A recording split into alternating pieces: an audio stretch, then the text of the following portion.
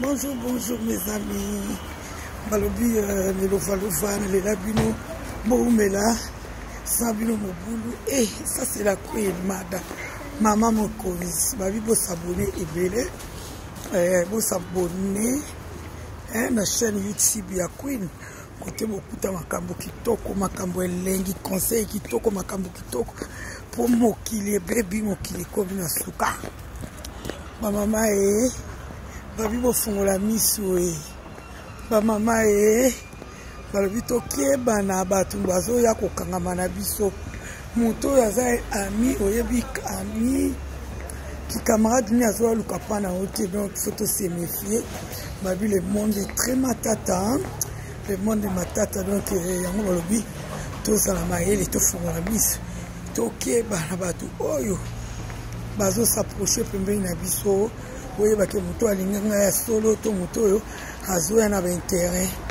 Toke ba mokili baby mokili komi na suka.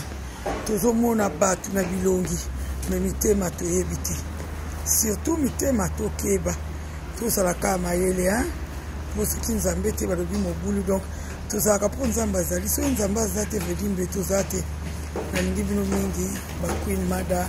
Maman na bino maman mokoza le bibo umela ba bisu bon ngana bino balobi tokutana ka na chaîne wana bokota kaka la Queen Vero bokomona masolo kitoko po masolo msina ko tsa na Facebook te parce que ya batu mususu ba mite ya mabe oyo uzosala makambu bazokota po balika ka babebisa masolo na yo babebisa makambu na yo yango na lobi mikolo yo changement de fréquence. C'est notre qui nous la compte YouTube la Queen Mango la Queen Vero. Donc on a des beaucoup de masolo ya kafu masolo kitoko oh nyoso na bombeli bino na ningi bino mingi ah webi kandida ngabino bisous bye.